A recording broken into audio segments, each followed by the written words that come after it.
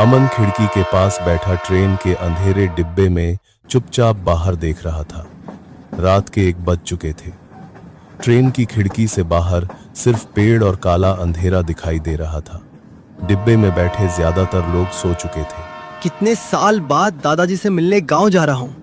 पता नहीं गांव अब कितना बदल गया होगा। अरे बेटा, तुम कहाँ जा रहे हो? काका, मैं अपने गांव जा रहा हूँ। कौन सा गांव जा रहे हो बेटा? भानगढ़। भानगढ़ का नाम सुनते ही काका के चेहरे का रंग बदल गया। वो कुछ देर तक अमन को देखता रहा। बेटा, तुम इतने सालों बाद भानगढ़ क्यों जा रहे हो? मेरे दादाजी की तबीयत बहुत खराब है, इसलिए उनसे मिलने भानगढ़ जा रहा हूँ। ट्रेन धीरे धीरे अपनी रफ्तार कम करने लगी। बेटा, अगला स्टेशन तुम्हारा ही है शायद। अमन ने सिर हिलाया। जी काका, मुझे अगले स्टेशन पर ही उतरना है। ठीक है बेटा, संभल कर जाना। एक बात और बेटा, अगर रात में तुम्हें कोई आवाज लगाए तो रुकना मत। अमन कुछ पूछता उससे पहले ट्रेन स्टेशन पर रुक गई। अमन ने अपना बैग लिया और ट्रेन से नीचे उतर गया। प्लेटफार्म लगभग सुनसान था। प्लेटफार्म पर कुछ टिमटिमाती लाइटें जल रही थी और 2-3 कुत्ते बैठे थे। अमन ने पीछे दीवार पर लगी घड़ी की तरफ देखा। रात के ठीक 1:30 हो रहे थे। अमन ने अपना बैग उठाया और प्लेटफार्म से बाहर की ओर चल दिया। उसे उम्मीद थी कि बाहर कोई ऑटो मिल जाएगा और वो सीधे गांव पहुंच जाएगा, लेकिन बाहर आकर उसका चेहरा उतर गया। पूरा स्टेशन रोड खाली पड़ा था। अमन ने इधर उधर देखा। दूर दूर तक बस अंधेरा ही दिखाई दे रहा था।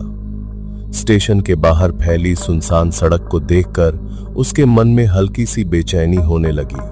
इतनी रात हो गई, स्टेशन पर एक भी ऑटो नहीं है। अब गांव तक कैसे जाऊंगा? अमन ने एक गहरी सांस ली और सड़क के किनारे खड़े होकर चारों तरफ देखने लगा। तभी उसकी नजर दूर दिखाई दे रही एक हल्की सी रोशनी पर पड़ी। शायद वहां कोई दुकान है, वहां जाकर पूछता हूं। अमन ने अपना बैग उठाया और उस रोशनी की तरफ चल पड़ा। कुछ देर चलने के बाद अमन वहां पहुंच गया। वहां एक छोटी सी चाय की टपरी थी।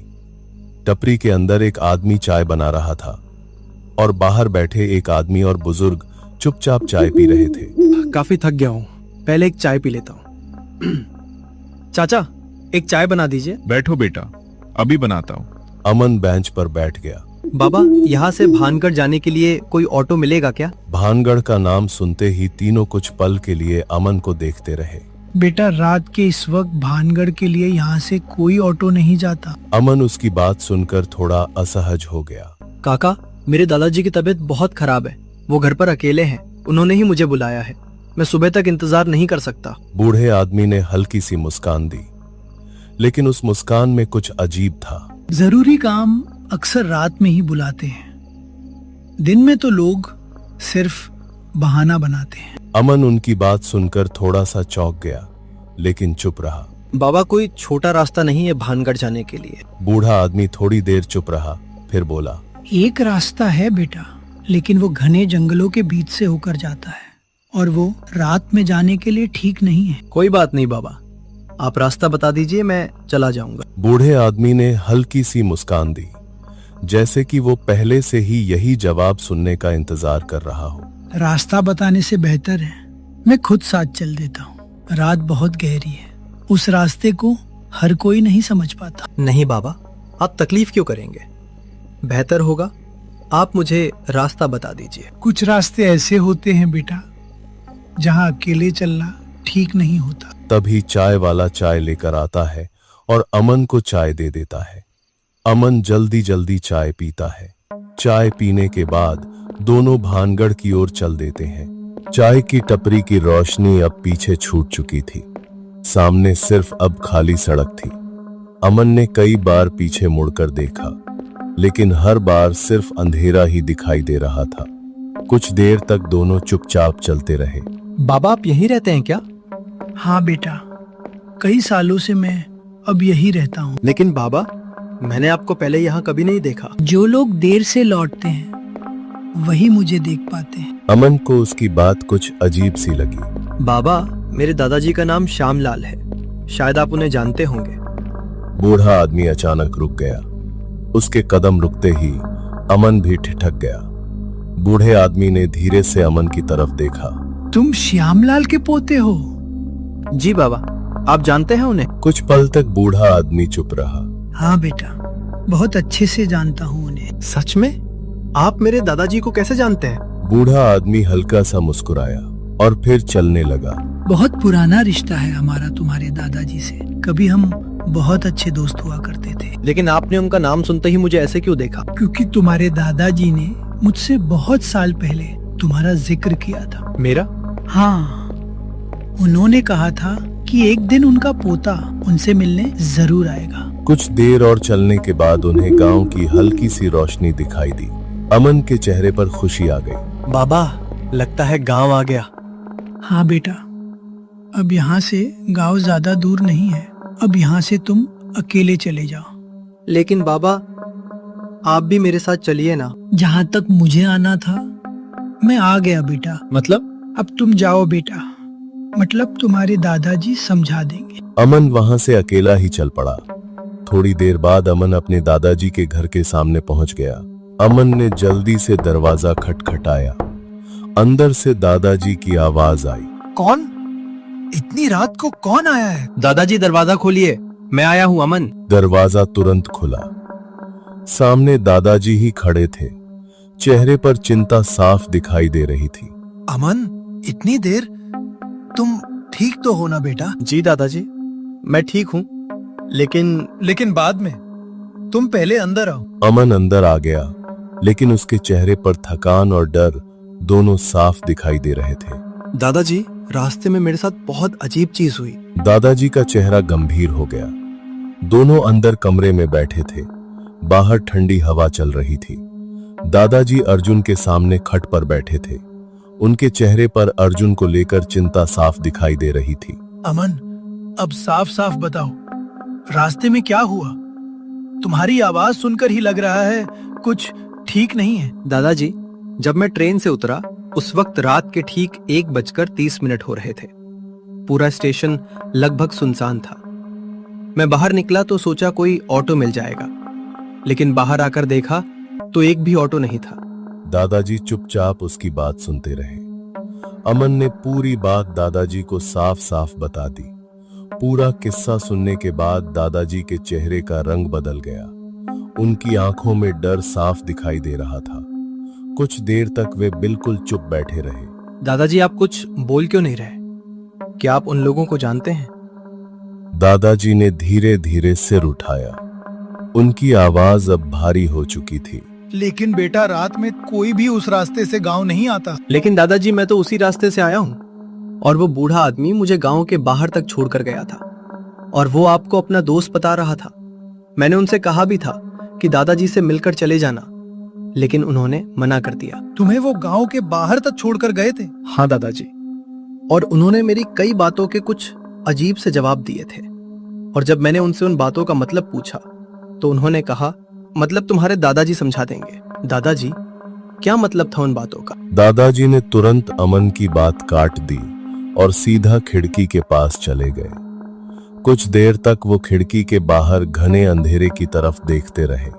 फिर उन्होंने धीरे से अमन की तरफ देखा। अभी रात बहुत हो चुकी है बेटा, और तुम काफी थके हुए भी हो।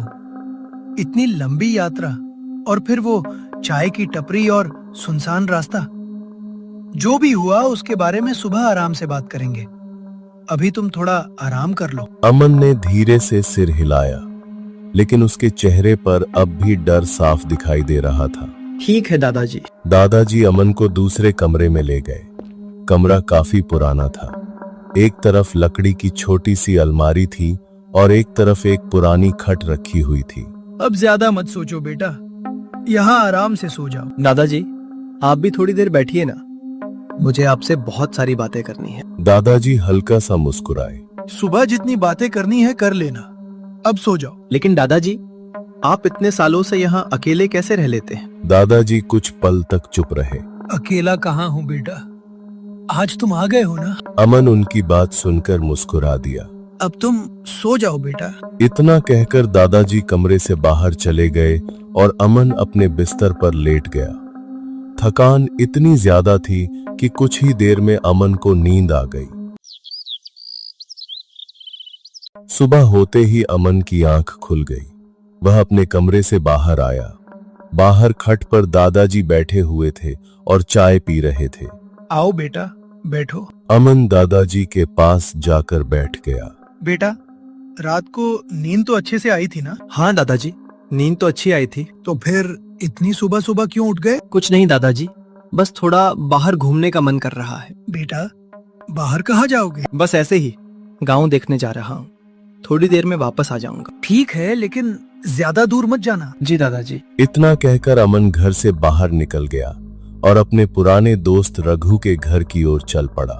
अमन जानता था कि अगर दादाजी को पता चल गया कि वह रघु से मिलने जा रहा है तो शायद दादाजी उसे वहां जाने से मना कर देंगे, क्योंकि कुछ साल पहले किसी बात को लेकर रघु के परिवार और अमन के परिवार के बीच बातचीत बंद हो गई थी। रघु अमन का बचपन का सबसे अच्छा दोस्त था। दोनों साथ खेलते थे, साथ स्कूल जाते थे और गांव की गलियों में घूमते हुए उन्होंने अपना पूरा बचपन साथ बिताया था। कई सालों से दोनों ने एक दूसरे को आमने सामने से नहीं देखा था। आज इतने सालों बाद अमन अपने उसी पुराने दोस्त से मिलने जा रहा था। चलते चलते अमन को अपने पुराने दिन याद आने लगे। उसे याद आया कि कैसे वो और रघु बरसात के दिनों में खेतों में दौड़ा करते थे। कभी दोनों नदी के किनारे घंटों बैठकर बातें किया करते थे, तो कभी गांव वालों की डांट भी साथ में खाया करते थे। बचपन की उन यादों को याद करके अमन के चेहरे पर हल्की सी मुस्कान आ गई। कई साल बीत गए थे, लेकिन रघु के साथ बिताया हुआ बचपन आज भी उसकी यादों में बिल्कुल ताजा था। रघु बचपन से ही भानगढ़ में पला बढ़ा था। जब रघु छोटा था तभी उसके दादा दादी का देहांत हो गया था। अब वो अपने पुश्तैनी घर में अपनी पत्नी के साथ रहता था। उसके माता पिता कई सालों से शहर में काम करते थे। गांव के लोग रघु को शांत स्वभाव का लड़का मानते थे। इन्हीं बातों को सोचते सोचते अमन रघु के घर के सामने पहुंच गया। फिर अमन ने दरवाजा खटखटाया। अंदर से कदमों की आहट सुनाई दी। कुछ सेकंड बाद दरवाजा खुला और सामने रघु खड़ा था। दोनों कुछ पल तक एक दूसरे को देखते रहे, जैसे इतने सालों की दूरी के बाद दोनों को यकीन ही नहीं हो रहा था कि वे सच में आमने सामने खड़े हैं। फिर रघु के चेहरे पर बड़ी सी मुस्कान आ गई। अरे अमन, सच में तू है या ये मेरा बहम है? हाँ भाई, मैं ही हूँ। अरे यार, अंदर तो आ।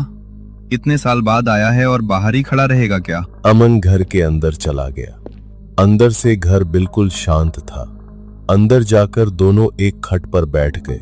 भाई, मैंने सुना था तू शादीशुदा है, लेकिन लगता नहीं है घर में कोई है। हाँ भाई, तूने सही सुना है। मेरी शादी हो चुकी है। मेरी पत्नी और बच्चे कुछ दिनों के लिए अपने गांव गए हुए हैं। जल्दी ही वापस आ जाएंगे। अच्छा, तभी घर इतना शांत लग रहा है। हाँ यार, उनके बिना घर बिल्कुल खाली खाली सा लगता है। और तेरे मम्मी पापा? वो तो कई सालों से शहर में काम कर रहे हैं। कभी कभी गांव आते रहते हैं। चल तू ये सब छोड़, तू ये बता, गांव कब आया? आज रात को ही आया था। तो फिर तूने आज रात कहाँ बिताई थी? अपने दादाजी के घर। क्या कहा तूने? अपने दादाजी के घर सोया था। रघु के चेहरे का रंग अचानक उतर गया। वो कुछ सेकंड तक अमन को देखता रहा। क्या हुआ? तू इतना चौंक क्यों गया? कुछ नहीं यार, बस ऐसे ही। नहीं यार, कुछ तो बात है। जब मैंने दादाजी का नाम लिया तो तू घबरा सा गया। रघु ने बात बदलने की कोशिश की। एक बात बता, तेरे साथ कुछ अजीब चीज तो नहीं हुई? हाँ यार, रात को कुछ अजीब सा हुआ था। क्या हुआ था? अमन ने रघु को ट्रेन से उतरने के बाद चाय की टपरी पर मिलने से लेकर दादाजी के घर पहुंचने तक रात में हुई सारी बातें बता दी। लेकिन एक बात अजीब थी। क्या? जब मैंने दादाजी को उस बूढ़े आदमी के बारे में बताया तो उनका चेहरा अचानक उतर गया। उन्होंने मुझसे उस वक्त कुछ नहीं कहा, बस इतना बोले कि रात बहुत हो गई है, अब सो जाओ, सुबह आराम से बात करेंगे। और फिर तूने सुबह दादाजी से उस बारे में पूछा? नहीं यार, सुबह उठकर मैं उनसे बात करने वाला था, लेकिन फिर सोचा पहले तुझसे मिलाता हूँ। अमन ने रघु की तरफ देखा। इस बार उसके चेहरे पर डर साफ दिखाई दे रहा था। अब तू बता, आखिर बात क्या है? यार अभी इन सब बातों को छोड़, तू इतने साल बाद मिला है, पहले आराम से बैठकर बातें करते हैं। अमन ने रघु की तरफ देखा, लेकिन ज्यादा जोर नहीं दिया। फिर दोनों दोस्त पुराने दिनों की बातें करने लगे। कभी अपने बचपन को याद करके हंसते तो कभी गांव की पुरानी बातें करते। बातों और हंसी मजाक में उन्हें समय का पता ही नहीं चला। देखते ही देखते शाम होने लगी और आसमान में सूरज ढलने लगा। यार अब मुझे घर निकलना चाहिए। घर पर दादाजी मेरा इंतजार कर रहे होंगे। ठीक है, तू घर जा, लेकिन एक बात याद रखना, अगर वहां तुझे कुछ भी अजीब लगे तो बिना सोचे सीधे मेरे घर चले आना। अरे तू ऐसा क्यों बोल रहा है? बस रात वाली बात सुनने के बाद मन थोड़ा बेचैन है, इसलिए कह रहा हूँ। अच्छा ठीक है, तू चिंता मत कर, मैं चलता हूँ। अमन रघु से विदा लेकर अपने दादाजी के घर की तरफ चल पड़ा। रास्ते में चलते हुए उसके दिमाग में रघु की बातें घूम रही थी। पता नहीं रघु इतना परेशान क्यों हो गया। मैंने तो बस रात की बात बताई थी। कुछ देर बाद अमन घर पहुंच गया। अमन ने दरवाजा खटखटाया। दादाजी ने दरवाजा खोला। अमन, तू पूरे दिन कहाँ था? दादाजी, मैं अपने दोस्त रघु से मिलने गया था। दादाजी ने अमन को गौर से देखा और फिर उसे घर के अंदर ले गया। लेकिन बेटा, मुझे बताकर तो जाते। दादाजी, आपको बता देता तो आप मुझे जाने नहीं देते। दादाजी कुछ पल तक चुप रहे। कोई बात नहीं बेटा, चल अब खाना खा ले। सुबह से कुछ खाया भी है या नहीं? नहीं दादाजी, रघु के घर भी बस चाय पी थी। खाना खाने के बाद अमन अपने कमरे में चला जाता है और अपने बिस्तर पर लेट जाता है। रात काफी हो चुकी थी, लेकिन अमन की आंखों से नींद गायब थी। नींद ना आने की वजह से रघु उठकर अपने बिस्तर पर बैठ जाता है। कुछ तो अजीब बात है जो दादाजी और रघु मुझसे छुपा रहे हैं। तभी अमन की नजर सामने एक बंद कमरे पर पड़ती है। ये कमरा तो मैंने कल भी देखा था, लेकिन इस पर इतनी धूल क्यों जमी हुई है? अमन कुछ देर तक उस कमरे को देखता रहा, फिर धीरे धीरे अपनी जगह से उठा और कुछ कदम आगे बढ़ा। जैसे जैसे वो दरवाजे के करीब पहुंच रहा था, उसके मन में अजीब सी बेचैनी बढ़ती जा रही थी। दरवाजे के हैंडल पर धूल जमी हुई थी। ऐसा लग रहा था जैसे सालों से किसी ने उसे छुआ तक ना हो। अमन का दिल तेजी से धड़कने लगा। वो कुछ सेकंड तक दरवाजे के सामने खड़ा रहा, फिर आखिरकार उसने धीरे से दरवाजा खोल दिया। जैसे ही अमन ने अंदर कदम रखा, वो कुछ पल के लिए हैरान रह गया। कमरे की दीवारों पर दर्जनों तस्वीरें टंगी हुई थीं। हर तस्वीर पर धूल की मोटी परत जमी हुई थी। ऐसा लग रहा था जैसे इस कमरे में सालों से कोई आया ही ना हो। अमन धीरे धीरे कमरे के अंदर बढ़ा और एक एक करके उन तस्वीरों को देखने लगा। तस्वीरों पर जमी हुई धूल को साफ करके अमन बार बार उन तस्वीरों को देखने लगा। तभी उसकी नजर दीवार पर टंगी हुई 4 तस्वीरों पर पड़ी। कमरे से अचानक अमन की भयानक चीख की आवाज आई। उसकी आंखें डर से फैल गईं और चेहरा बिल्कुल सफेद पड़ गया। वह घबराकर पीछे हटने लगा। अमन तेजी से गलियारे से दौड़ा। मुख्य दरवाजा खुला हुआ था और वो बिना कुछ सोचे घर से बाहर निकल गया। पीछे से दादाजी की आवाज सुनाई दी, लेकिन अमन ने पीछे मुड़कर नहीं देखा। वो बस लगातार भागता रहा। गांव की गलियों में अब अंधेरा फैल चुका था। कम रोशनी की वजह से उसे रास्ता भी ठीक से दिखाई नहीं दे रहा था। कई बार उसका पैर पत्थरों से टकराया और कई बार वो गिरते गिरते बचा, लेकिन उसके दिमाग में बार बार वही 4 तस्वीरें घूम रही थीं। वो लगातार भागता रहा। उसकी सांसें तेज हो चुकी थीं और सीना बुरी तरह ऊपर नीचे हो रहा था। ऐसा लग रहा था जैसे उसका दिल किसी भी पल जवाब दे देगा, लेकिन डर उससे भी ज्यादा तेज था। किसी तरह अमन भागते हुए रघु के घर पहुंच गया। उसने दरवाजे पर जोर जोर से दस्तक दी। रघु दरवाजा खोल! रघु दरवाजा खोल! रघु ने दरवाजा खोला। क्या हुआ अमन, इतना घबराया हुआ क्यों है? तुम पहले अंदर चलो, अंदर बताता हूँ। अमन और रघु घर के अंदर आ गए और खट पर बैठ गए। अमन, अब बोलो, तुम इतने घबराए हुए क्यों हो? क्या बात है? अमन की हालत खराब थी। उसका चेहरा पीला पड़ चुका था। सांसें अब भी तेज चल रही थी। वो कुछ सेकंड तक कुछ भी बोल ही नहीं पाया। फिर कांपती आवाज में उसने कहा, मैंने दादाजी के घर पर बहुत सारी तस्वीरें देखी। यह सुनते ही रघु के चेहरे का रंग उड़ गया। अमन ने पूरी बात रघु को बताई। रघु ध्यान से सब सुनता रहा। उसके चेहरे का रंग धीरे धीरे बदलने लगा। कुछ पल बाद रघु ने धीमी आवाज में पूछा, लेकिन तुमने तो बताया ही नहीं कि वो तस्वीरें किसकी थी। वो तस्वीरें